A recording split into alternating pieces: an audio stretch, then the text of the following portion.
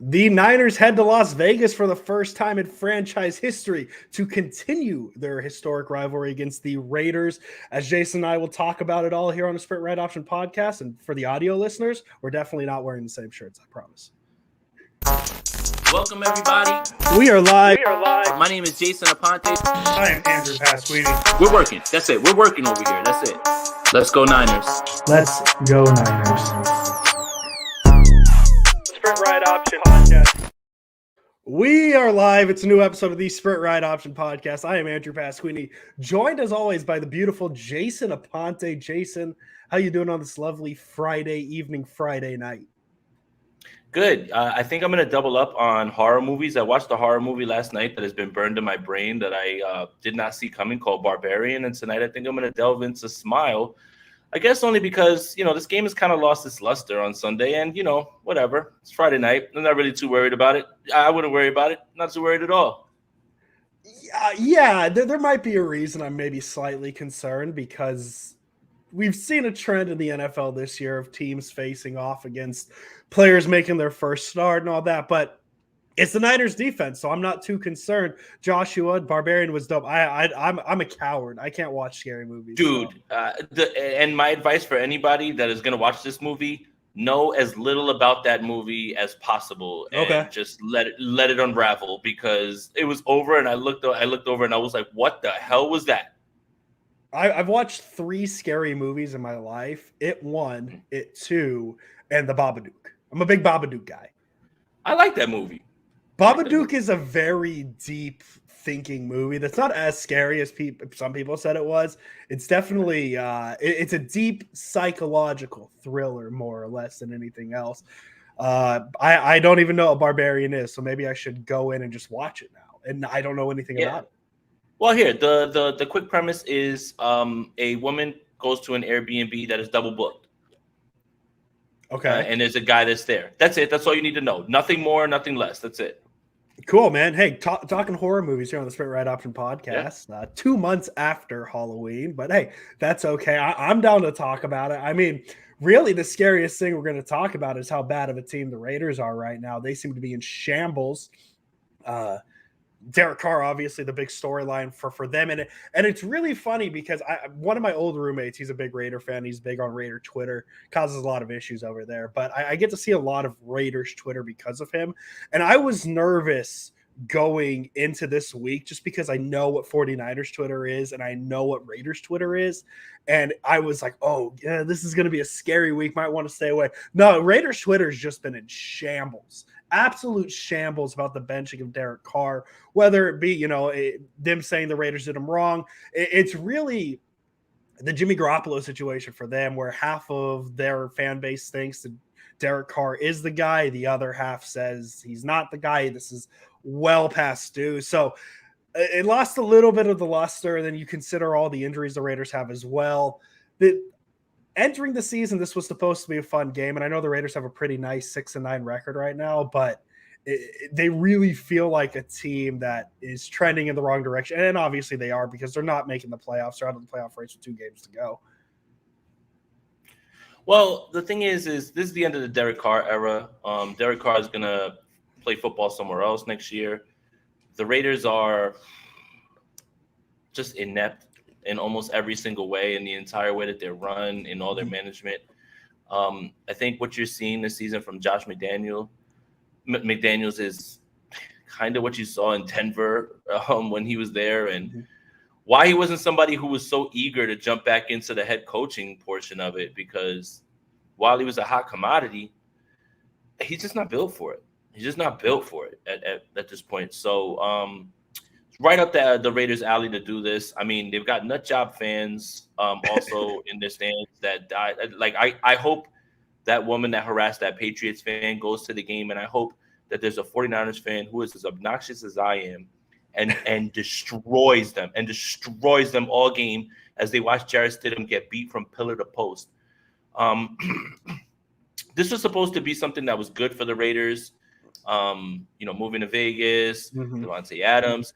I think when we opened the season, we were looking at, hey, man, the Raiders might be good. Man, the AFC West might have 4 teams that may make the playoffs. Like they have an offensive line, and Josh Jacobs has exceeded all expectations. I think he has 1,500 rushing yards, which is like more than 4 entire teams. So that sounds like it would be a recipe for it, but the real problem just boils down to the way that they're built, and the way that they're run. And this isn't a trap game. The Raiders are fucking terrible. So like, it's not a trap game at all. Like, I mean, it's a trap game is where you can see stylistically something happening to you. If the 49ers lose to Jarrett Stidham, come on, man. Like it every week we hear trap game. It's a trap game. It's Washington. It's a trap game. Stop. Your team's really good. It's okay, guys. It's okay. Tell people.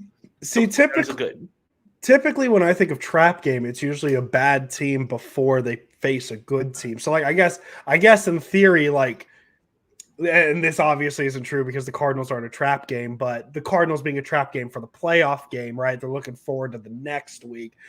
There's really no reason to look forward to the Cardinals and look past the Raiders type situation. The Niners are in a point where they need to win out because the 2 seed is available and the 1 seed is still very much available right now because Philadelphia, they lost to Dallas last week.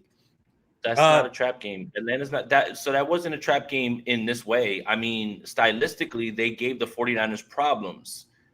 Jarrett Stidham, no Chandler Jones, offensive lineman out. Also, Josh McDaniels fucking sucks. Like, this is completely different. Like, that Atlanta game, again, when you look at games where a team can be upset, you have to look at it and say, what can that team do that your team cannot stop? Right. And in that game, they couldn't stop Julio Jones. Julio Jones is really good. And Matt Ryan was still serviceable. Jarrett Stidham stinks. And I think we all know that, guys. Like, yeah, all right, good. Okay. That's good to clarify. Yeah, he said he meant that Atlanta was a trap game. This is not. See, a trap game insinuates that you have a chance to lose and a team can stylistically do something to you. I don't know what. The only way the 49ers lose this game is if the 49ers don't make it to the stadium on time and they forfeit. Like, seriously. Okay. So we're going that strong with it. Listen, I can see a world where it happens, but everything wrong would have to go for the 49ers, right? Brock Purdy regresses to what we saw in camp, Jason.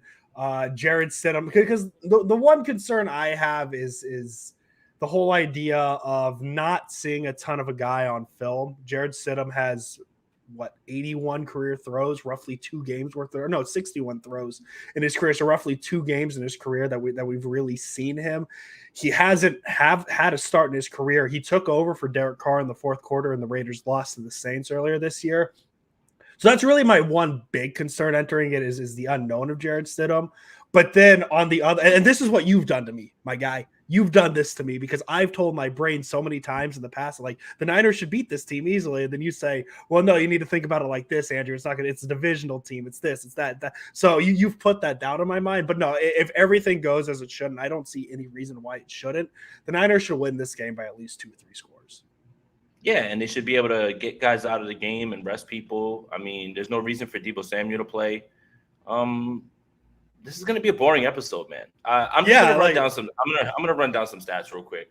This is going to be a very boring episode. The Las Vegas Raiders rank 25th in yards per game, 23rd in yards per play. They rank 27th in passing yards per game, 23rd in pass yards per play. They are 30th in interception rate at 0.95%. They are 30th in sack per pass attempt, 4.73. That's with the incredible Max Crosby. And 23.3 points game allowed. They are 94.74% in goal-to-goal percentage, 32nd. This is a piss poor team. They are not good at football. Their secondary is one of the worst in the league. And it's just, look, if you want to say, I'm trying to be humble, I got you. I feel you. Yeah. And I think that's great. Fuck that. I'm done with that. Man. Like, I'm done with that. Again, if I'm going to be humble, it's more because I'm scared of something that this team can do to you. It would take an utter collapse. It's done, man. Just get in, get out, get your job done. No gambling, no problems, no injuries, and just go home. That's it. The Raider, you mentioned the interception percentage. The Raiders only have 5 interceptions this season. That's not great. That's really not good. And Hufanga that's has one like thing. 4. Yeah, Hufanga himself has 4. Actually, it brought me back to the memories. You remember in 2018 when the Niners finished with 2 interceptions on the season? That was wild times. And they brought in Richard Sherman. No, Sherman was on that team actually. They just didn't throw to Sherman because nobody else on that Niners defense was hurting anybody. But yeah, man, I just don't know how to cut it. And like this isn't even. I think Raider fans are well aware at this point of what their team is. And I mean, whether you are on the pro or anti Derek Carr side, it is what it is at this point. And really the only thing that can save this franchise at this point, at least in the terms of if you think Josh McDaniels is actually the guy, is a quarterback by the name of Tom Brady or a quarterback by the name of Lamar Jackson, whatever it may be. But right now, it's really not looking good in Las Vegas. And I do want to say something. You mentioned Max Crosby, and I know he's a point of a lot of contention on 49ers Twitter. I was looking at the snap counts, actually, and I get it. I get why Raider fans think he's better than Bosa. I'm not saying I agree, but 953 snaps this season. He's in on both run and pass plays. I mean, that's 300 more snaps than Bosa, and we'll talk about Bosa here in a minute. He's a phenomenal talent. And actually, that's the matchup I'm most excited to watch because I have notes. I wrote them down, Jason, and that's what I'm looking at while I'm looking off screen. Of those 953 snaps, 941 have been played on the left side of the defense. So you're going to see a lot of him against Mike McGlinchey, who, by the way, we haven't said the name Mike McGlinchey in a bit, but like Matt Maiocco wrote a piece. Don't say it. You're gonna get people riled up. Is Mike McGlinchey good? Is it time for Niners Twitter to admit it? What Niners Twitter has to admit is not whether he's good or not. Don't change your point. Here's what you have to admit. Look yourself in the face. Mike McGlinchey's coming back. But yeah, I'm excited. I think that's the one matchup. I think especially too with where the Niners at and the Raiders. I think that's the one matchup I'm really looking forward to watching here because it's really, in my mind, it's really unique to see a edge rusher in today's NFL to really specialize in both the run and the pass and see such a high snap count because like Bosa's great. Bosa's amazing, but he's really heavily a pass rush guy. He's very good in the run game, but that snap count's insane for him. So I do want to give that credit and how excited I am to see what Mike McGlinchey is. Bosa on the other side got a couple records to keep an eye on. I believe he's 2.5 sacks away from matching Aldon Smith's franchise record, and he's 5 sacks away from tying Michael Strahan. And 5 sacks in 2 games feels like a lot. But remember these 2 things. A, it's Nick Bosa. He's had 11 multiple sack games in his career. And B, the Niners are going to have something to play for, right? It's not like they're set at the 3 seed. It's not like they have a reason to rest people. If they beat the Raiders, no matter what the Vikings are doing, it's important what the Eagles are doing, obviously, but no matter what the Vikings are doing on Sunday, if the Niners win, they have a chance going into Week 18 to win the 2 seed. And if the Eagles lose what the Niners win, things can happen. Niners could be the 1 seed by next week as well. So. And I'm going to, jump out in front of it. I think Green Bay is going to beat Minnesota this weekend. So the 49ers will take over the 2nd seed, and then they will have to play, in Week 18 against David Blau, Trace McSorley. I don't know. Colt McCoy is not even going to play in this game. So, yeah, you definitely have to play, guys. There has to be a balance of going for it for the seeding and also keeping guys healthy. If you see this game is well intact, please, guys, don't start yelling on Twitter about take everyone out. There's not 300 people on a roster that you can bring. You have to leave some starters in. I would rest the more important players, if that makes sense, then just saying, get everybody out. There's not enough players for everyone, right? Like there's not a backup for everyone. This isn't college. But there has to be a balance of them going for it, putting the game away pretty early, which I suspect they'll do. And then, getting ready for the next week, which can be a similar situation, especially when you consider that Deebo Samuel's not going to play in this game and probably will be there next week as well, too. So get him some snaps, get his feet wet and get him ready. So. Yeah, and I do think the Samuel idea, holding him out, like for him, absolutely hold him out, right? There's no reason to force him back. You make the great point there.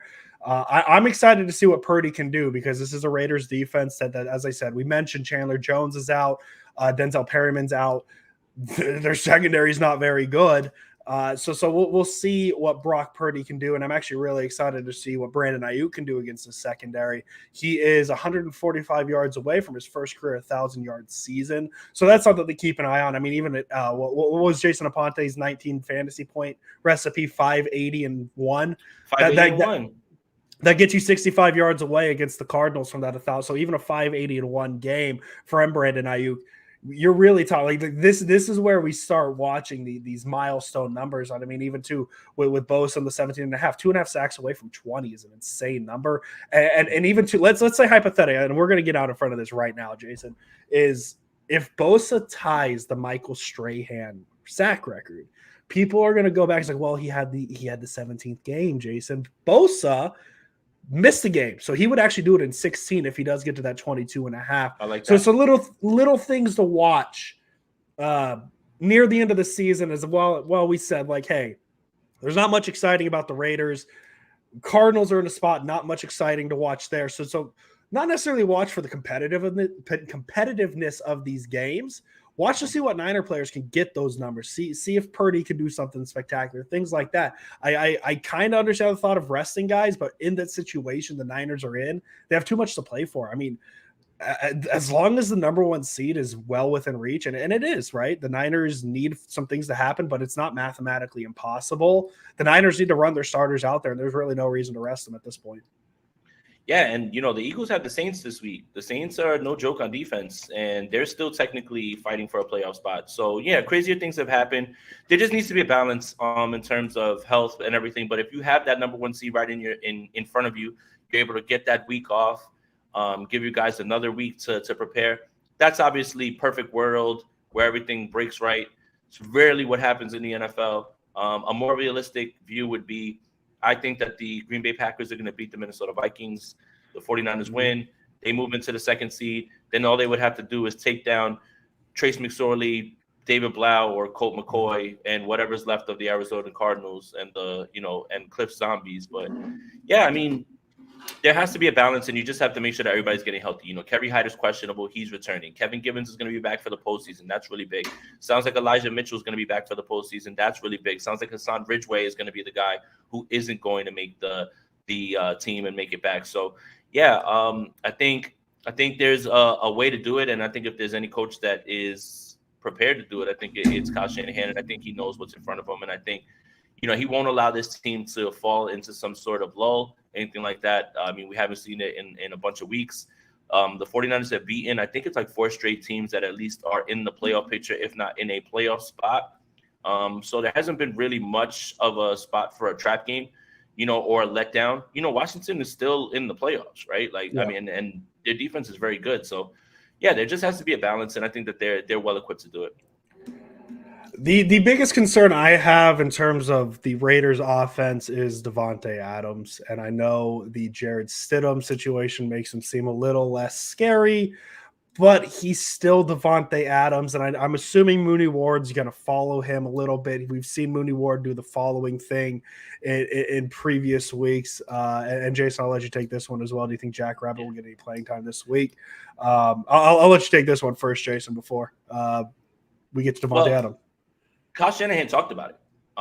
He talked about, he said that he's good with Lenore and he's good with Mooney, but that he could, fix in. And you know how Kyle likes his vets, the guys that he trusts.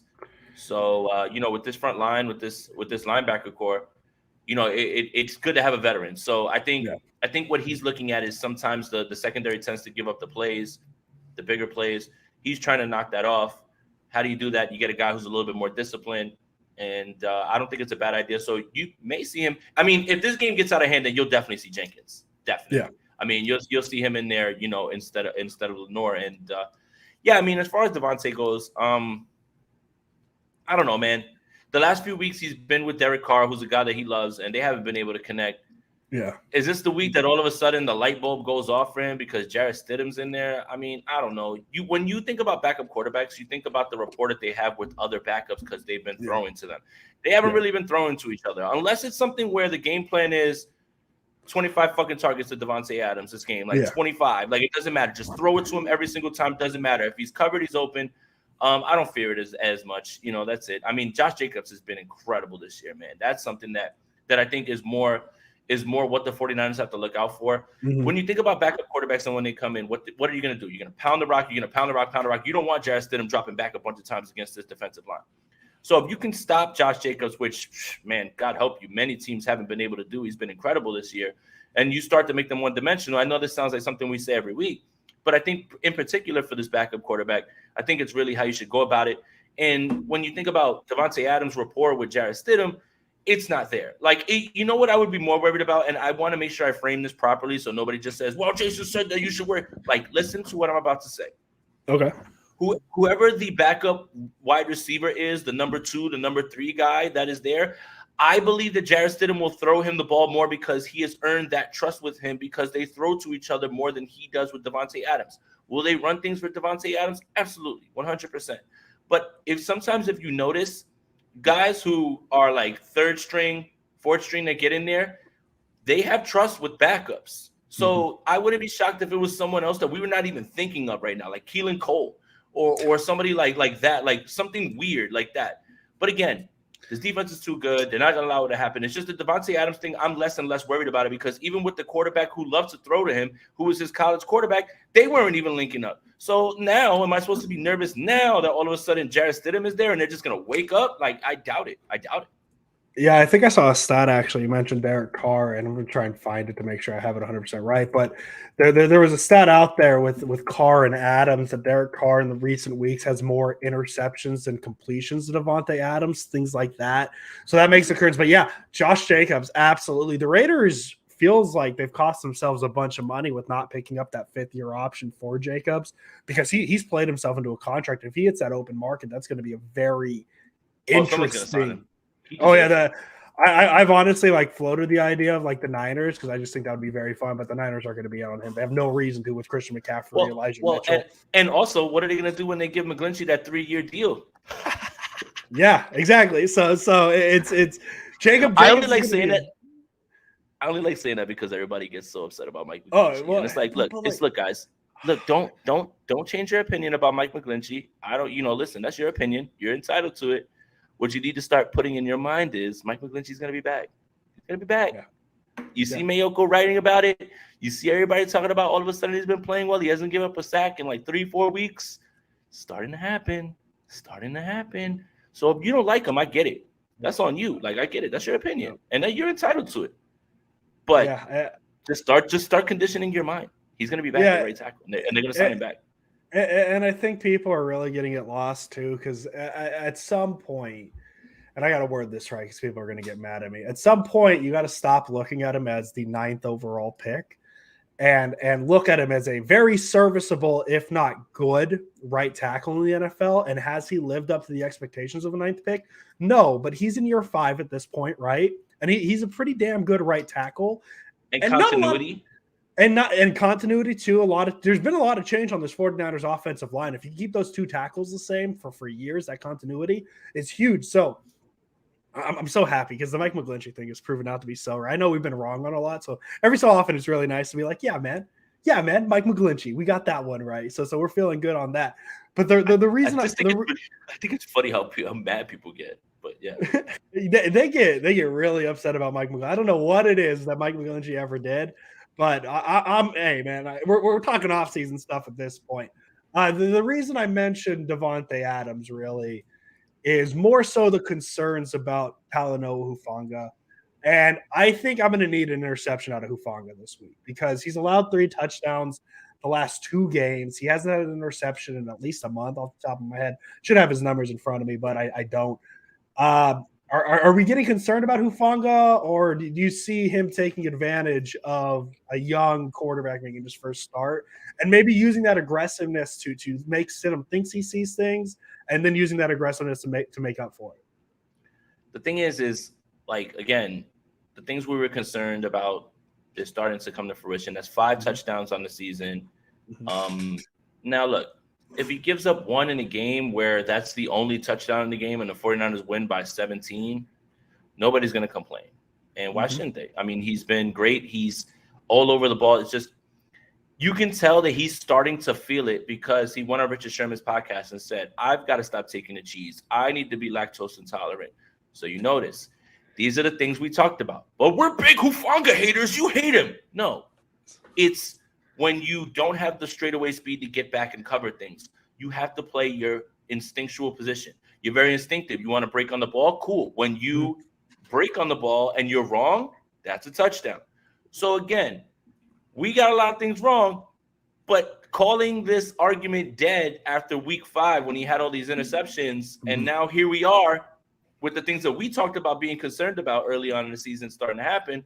I just think it's a little bit funny how things play out. That's why you need to have a whole season of information before you start to. And he deserves to be a Pro Bowler. Like that. Like listen, yes. Twisted, but again, giving up a touchdown where it's the only touchdown and you win 25 to 14, whatever whatever it is. Nobody's going to care. But is it going to happen in a game against a better opponent, like in a bigger spot? Like you've got, and look, if we notice it, other offensive coordinators notice it. If fans notice it, trust me, everyone notices, hey, we can get him on a double move. Hey, we can run something over here, have him step up and throw it over his head. Yep. It's happening far too often for somebody who is now gaining that experience. You would think this is something that would be happening earlier in the year, not later in the year. And that's my concern. Yeah, because you mentioned too the one time. I don't even know what this means. Thank you for the donation, Wardell. Thank you very much. Raiders going to drink that 49ers milk. See you in Vegas. I don't know what that means. I feel weird saying it, but I love it. I love get him some milk. I love the idea. I know what he's saying by that. That's just I've never seen anything worded like that. But you mentioned the one touchdown, but like when it's kind of like the offensive line. Like 1 sack is fine, but if you're allowing 2 sacks in a game, and that's what Hufanga did. He allowed two touchdowns last week, and now it's becoming a little bit more of a concern. And as I said, we've mentioned before, like the interceptions are very cool and the risk is worth the reward, but teams are going to start being better. As Jason said, I mean, you look at a potential playoff game against, I'm not afraid of them and they're frauds, but the Vikings, right? You make a mistake against Kirk Cousins and Justin Jefferson, maybe MVP of the league, should be MVP of the league, honestly. And that's going to be a quick 7 points, right? And so that's where the concern comes in. Maybe you do play Green Bay, right? And you're a safety and you make a mistake that Aaron Rodgers picks. I know they don't have great receivers down there right now, but there's things like that are a concern, and I'm a little concerned about. But again, if he can make a big play, force an interception, things are forgotten a little bit. So we'll see what it looks like. The Niners have two. You got to more or less think of these games as semi-important games for the 49ers, but also think of them as preseason games because they're tune-ups. The Niners are trying to clean things up before they get to the postseason, and that's going to be huge for the Niners.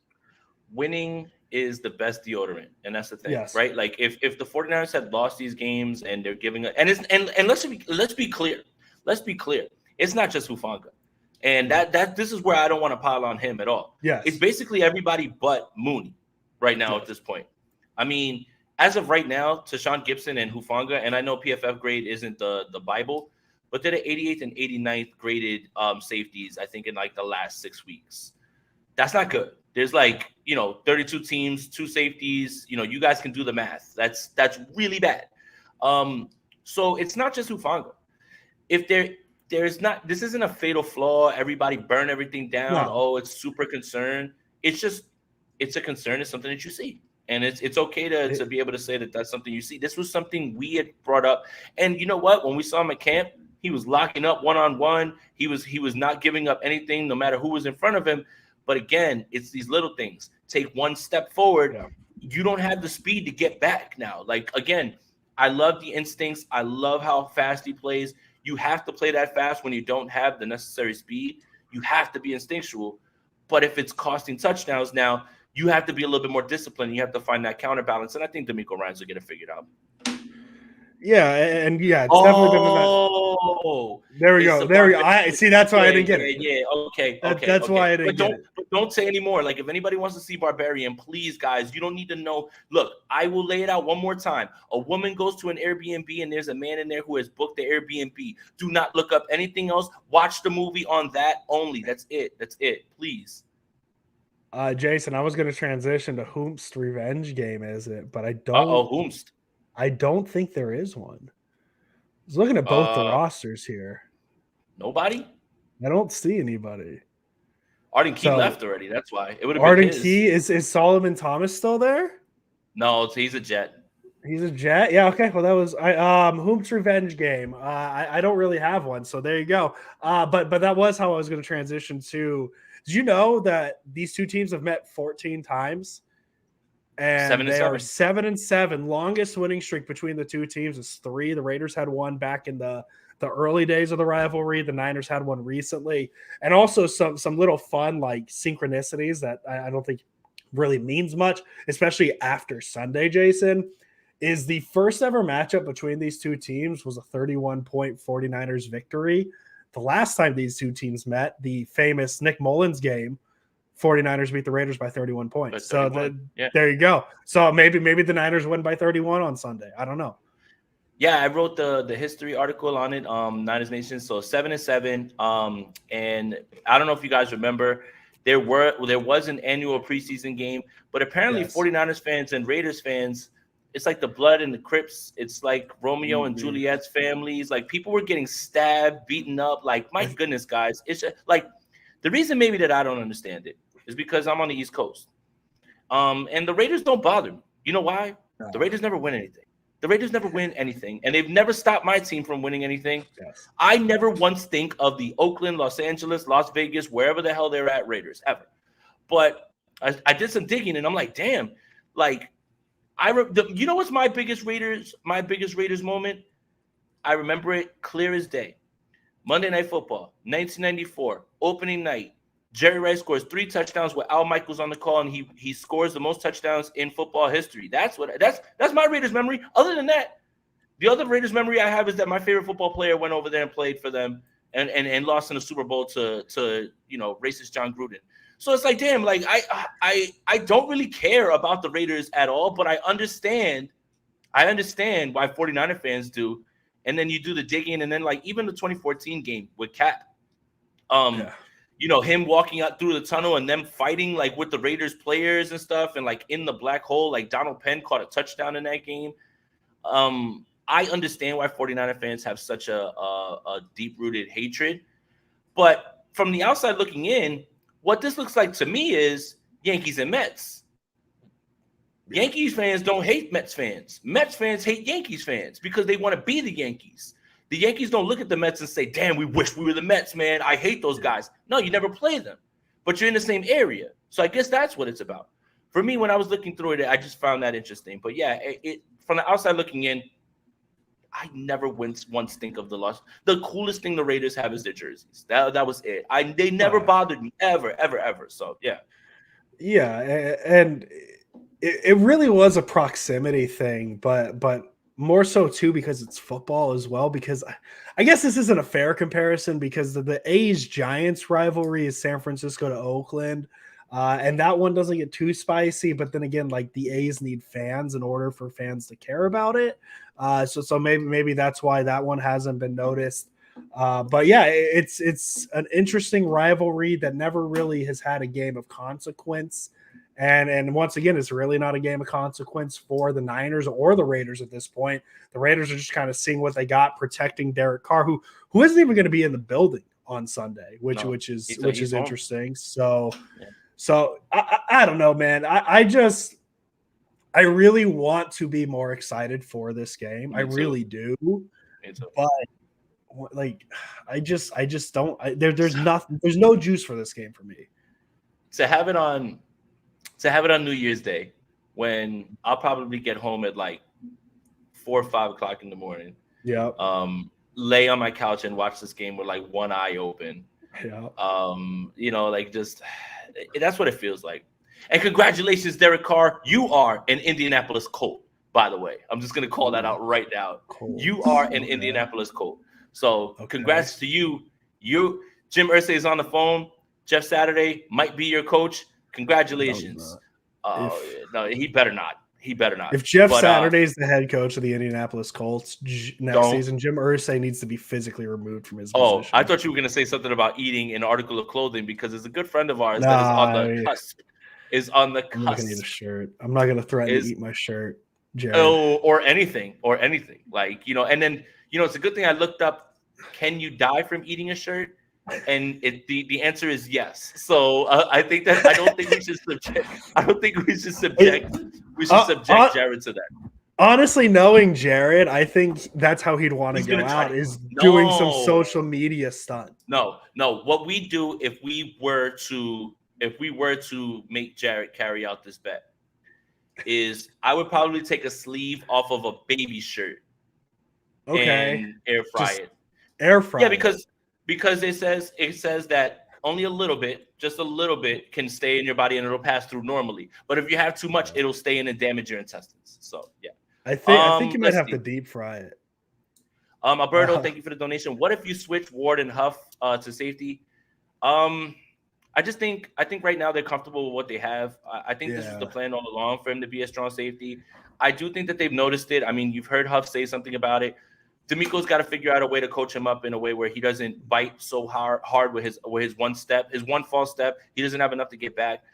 So I think they'll get it figured out. It's just something that, again, if we notice it, offensive coordinators notice it, and you damn know that D'Amico and them notice it in the building. So I don't think they do that just because that would be really hard for Jimmy Ward at this point. And if you want Huff to do what Jimmy Ward has been doing in the slot covering corners, that's not what you want. That is not what you want. No.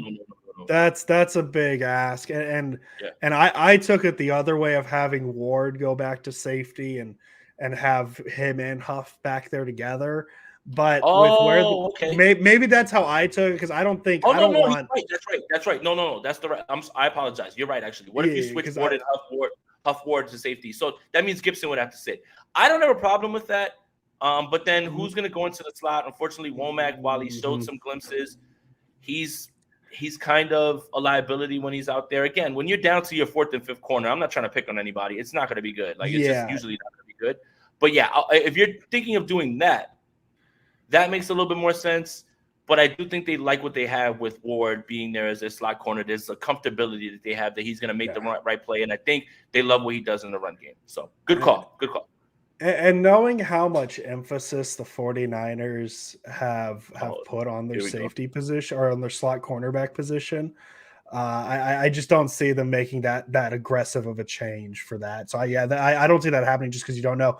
NorCal Dan, thank you. The Raiders hate is a NorCal thing. Like Andrew and I get it if you grew here. Right. We just called the fans trash. As a Giants fan, I just say 3 and 5. I'm good. Let's get 6. Mitchell will be key. Yeah. So that's kind of the thing. Like I understand why you wouldn't get it out here. It's a bigger thing because I see Raider fans every day.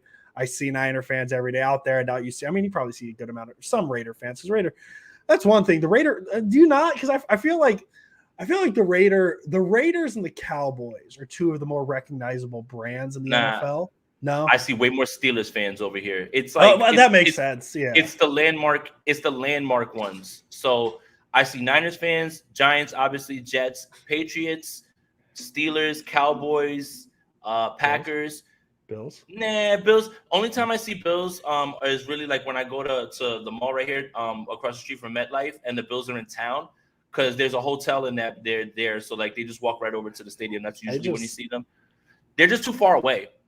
They're not local enough. Like wasn't there the Simpsons movie? Wasn't that like they put a bubble over the town of Springfield or something like that? That's what I picture Buffalo is. Like Buffalo, like you live in Buffalo and you just don't leave Buffalo.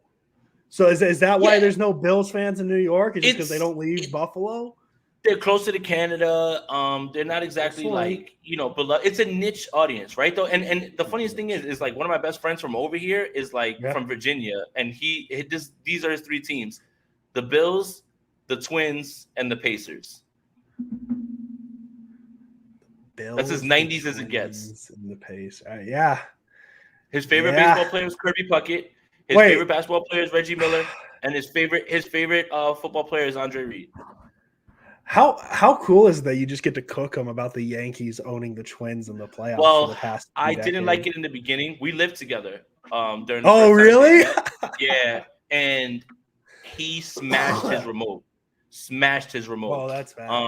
But he knows though. Like he doesn't even like text me during those games, and I don't even say anything to him anymore because I don't like bothering him. Plus, beating the Twins, you don't get cool points for that, right? Like you don't get cool points. Like if I dunk on a fifth grader, I'm not gonna run. Yeah, I just dunked on this fifth grader. It's like, nah, man. Like you just let it go. The Twins just don't matter, and that's okay. Yeah, I know. Not Even he says it. He's like, damn it, we're playing the Yankees. I'm like, yeah, you know what's about to happen. They haven't won a playoff game in 20 years. Not a series. Us, no. They haven't won a playoff game. Period. Mm-mm. And we go and we play them during the season in Minnesota. Don't matter who's there. Sweep. Yeah. Well, there's Will, all right, I'm sorry. See, no. Let's not alienate our fans. Will, I'm sorry. I'm not. Again, that's just something that me and my friend go through. Honestly, I like the Twins, and I'm sorry. Yeah, I love Byron Buxton. Byron Buxton's cool. Yeah. The Giants got Carlos Correa from the Twins, so that's cool. There you go. I'm still crying through that one. No, I like the Twins. I have no issue with the Twins.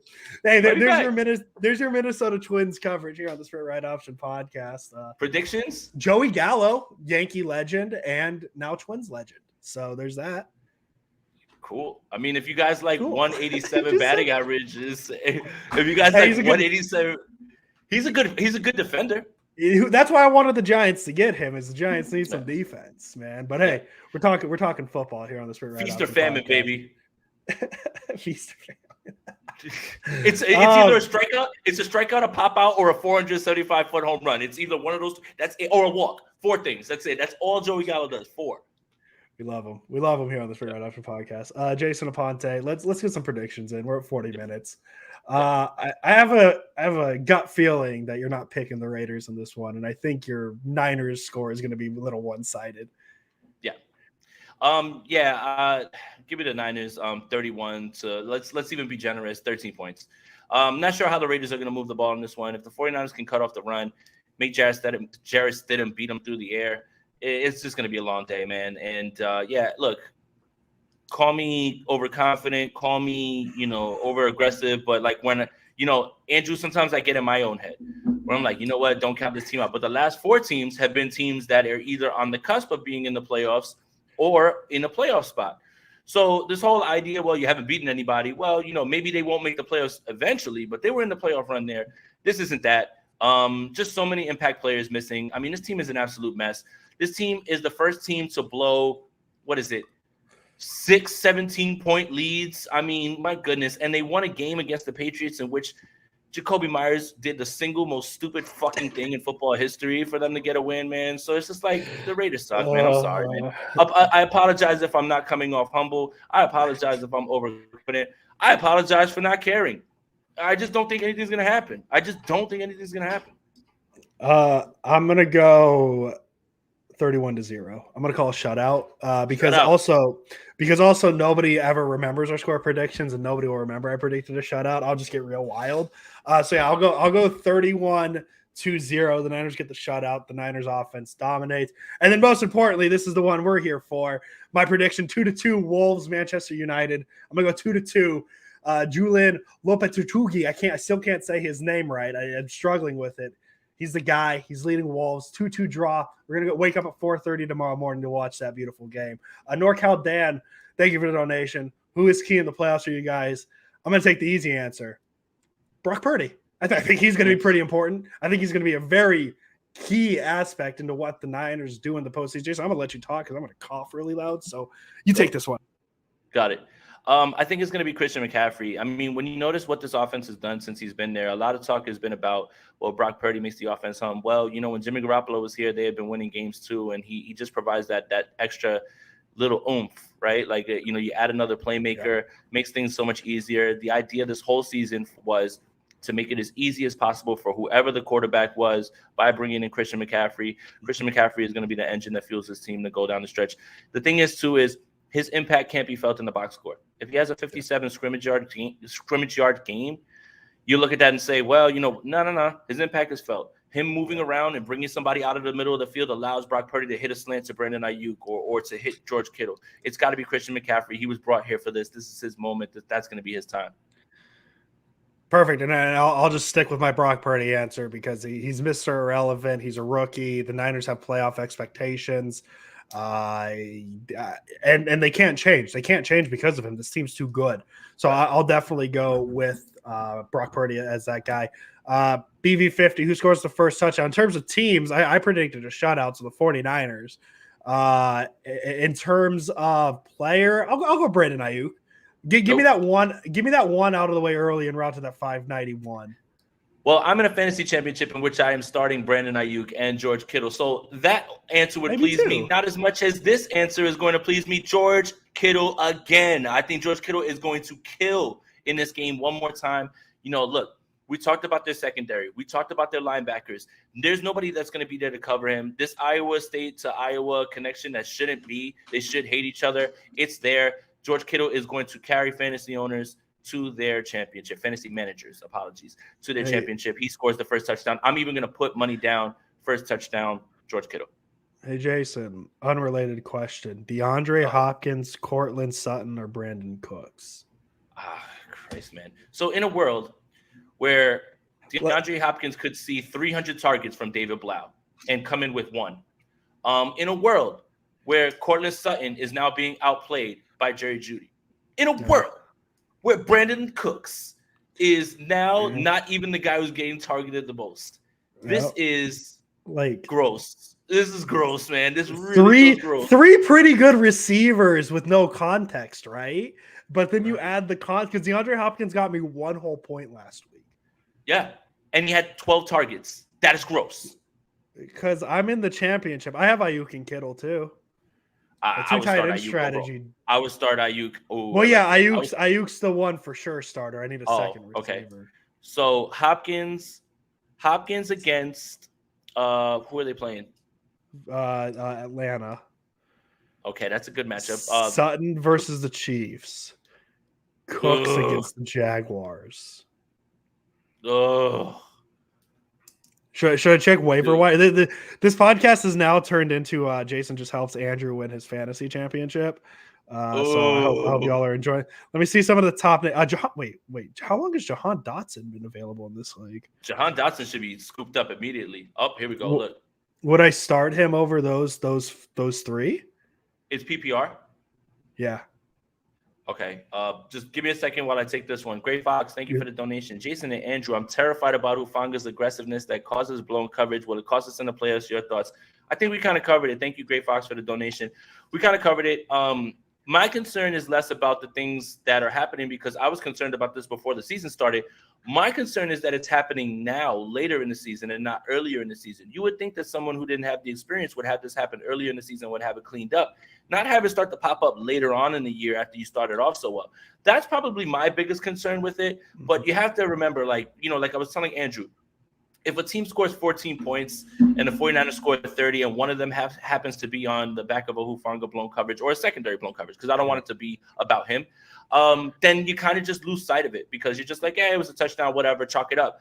But if it's like a 7-7 game and the game's like hanging in the balance and that's what happens, that's when you get nervous. So I guess if you're nervous about that, that's fine. But I am going to still be optimistic that DeMeco Ryans is going to figure it out, that he's going to figure it out, something that he's been talking about himself. Clearly, he realizes what's going on. And again, like I'll reiterate, if we notice it, if you notice it, offensive coordinators notice it. He's given up 3 touchdowns and he's given up 5 overall, 3 in the last few games. Just again, he has to play a little bit of step ahead because he doesn't have the speed to when he makes a misstep. I get that portion of it, but sometimes I would just like him to play his keys a little bit more. Maybe just be, the safe play. Everybody wanted to pile on Tart, right? The safe play sometimes is the one where you don't give anything up. Sure, you're not taking the ball away, but nobody's hitting the ball over your head. And I think that's something that we loved about Tart. But you can't really argue with Hufanga because he's taking the ball away. Yeah. You just can't allow this stuff to continue. I don't think I could have answered that any better, so I'm just going to say what Jason said. Jason, I have a 4th receiver option now. I just picked somebody up. I dropped Derek Carr for Curtis Samuel. So should Curtis Samuel be in for DeAndre Hopkins? I'll drop my entire bench until I get a good receiver, damn it. I don't need my bench this week. Roll Hopkins. Let's go. Roll Hopkins. Okay, so even over. What about Drake London? He's a free agent. Jahan Dotson. So we're just running with our guy DeAndre. That's good to know. Drake London is ranked currently right now by Fantasy Pros overall 28th. He has a B minus. He has a B minus matchup. Well, how many receivers in your league do you have to start? So 2 you have to start, but Kittle's in my flex. All right. So if you have to start 2, you have a 12-team league. Yeah, 10. 10, so it's 20. So it's 20 receivers. So think about it like this: he's 28. There's 20 guys that are going to be starting. He's only 8 out away from there. So it's not like a terrible play. You know what I mean? Like in my league, it's 12 teams and it's 3 receivers. So there's 36 guys that go. So Drake London's automatically a start. Like when you think about it that way. So I like that idea. You have to kind of think of it like that. This is why I like you as my fantasy guy, because I definitely don't think of fantasy like that. NorCal Dan is asking for fantasy advice too. He says, Algier or Dylan, Henry was hurt for me. I'm in the ship, $300 on the line. You are smashing the Algier button here, man. I mean, he has taken over the snap share. We love Cordero Patterson. He had a touchdown call back last week, but Algier's seeing too much. They're going to run the hell out of the ball. You do like what you've seen from Ritter and London, but it's still going to be heavy run if I have to pick between these two. That A.J. Dillon and Aaron Jones thing, it is so volatile. If Dillon scores 2 touchdowns on 3 carries for like 10 yards, then your day is made. But Algier is the one who's going to see the more opportunities. So I would roll with the guy who's going to give you more opportunities. Yeah, see, my running backs are A.J. Dillon and Kareem Hunt. Oh, I have Michael Carter too, and obviously Kamara. So A.J. Dillon's my second running back. My running backs aren't great, but that's okay. That's okay. You're in the championship. All you got to do is win one more week. It doesn't matter. Hey, man, Kelsey and Kittle, that's what we're here for. Hey. It's good strategy. I'm glad that 2 tight end strategy worked out for somebody. Did I tell you I panic traded Jonathan Taylor? Did I ever tell you that? I traded the. Yeah, you did, but you made the right move. Yeah, I got Josh Allen out of it, so I was very happy about it. You made the right move. He went on IR. He had like 1 blow up game. Super smart. I would have gotten more for him though, but hey, whatever. Well, so it was the week after he first got hurt, and then Allen had his UCL concerns. So I was also trying to take like the chance on Allen, and it's worked. So I'm not going to complain. Wow, that's the most fantasy talk I've ever done. Yeah. Hey, we should talk more. I'm not a great fantasy player. That's it. I think I'm getting to my horror film tonight. Last night was Barbarian. I think I'm gonna watch Smile tonight. So if you guys saw Smile, let me know in the comments if you liked it. I've heard Smile legitimately has fucked some people up. Barbarian has been living rent free in my mind since I've seen it. I woke up this morning and usually movies don't mess with me like that, but I woke up this morning like with the lasting image of like that movie, and I was like, oh shit, this movie's kind of sticking with me. So, Aaron Jones or Miles Sanders. Aaron Jones, you got to. He gets too many receptions at this point. Miles Sanders, man. I don't like his attitude. I don't like your attitude, Miles Sanders. I don't care about your fantasy teams. Shut up, man. You're supposed to care. Shut up. You're supposed to care, David. You pay your contracts. No, Miles Sanders has been balling this year. But, if you're looking for guaranteed work, I think it's Aaron Jones. And 91649 says Smile was great. All right, I'm with it. It's on Paramount Plus. It's either that or I watch Top Gun and hear Danger Zone 35 times over and over again. Welcome to the Danger Zone. Danger Zone. Banger. Banger. All right, we got to get out of here. We somehow not finished this podcast 15 minutes ago. That's amazing, and I love it. That's really all I've got, I guess. So last episode of the season. Last episode of the year. Richard G. Personal touch detailing. Thank you for the donation. Have a safe and great New Year's, fellas. Let's go Niners. We appreciate the donation. Thank you so much. We appreciate all of you. I guess it is New Year. We won't see you guys until next year. That's a good joke. Andrew. You too, my barber. See you next year. I was like, you're fired. I'm white. My barber's Dominican, and he said that shit. You're fired. As a white man, I legally have to say it. I'm sorry. Thank you for the donation. Very, very, very, very generous, man. I appreciate you, man. Thank you for the donation. And as I said, if people want to wake up 4:30, Wolves, Manchester United. Here we go. Let's see what they can do. Lopetegui, we love it. Ruben Neves, he's my guy. Rayan Ait-Nouri. Oh my God, what a team! They're gonna make a run here at the end. They're not in last place anymore. Jason, did you know that? I do know now. 3 points against Everton. Huge win last Monday. So there you go, Jay. There's your Premier League update from Jason Aponte. No, I couldn't go the whole episode without mentioning Wolves versus Manchester United because Paul's a big United guy. I'm a big Wolves guy. They play each other. This game was originally scheduled for 7 a.m. Moved it to 4:30. I don't know why, man. They must hate us here on the West Coast. Jason Aponte, as always. Let's go Wolves. Hell yeah. Let's go Niners too. We love those. I didn't see that coming. Have a happy New Year, guys, and enjoy the time with your family. See you guys Monday. All right. Welcome, everybody. We are live. My name is Jason Aponte. I am Andrew Pasquini. We're working. That's it. We're working over here. That's it. Let's go Niners. Let's go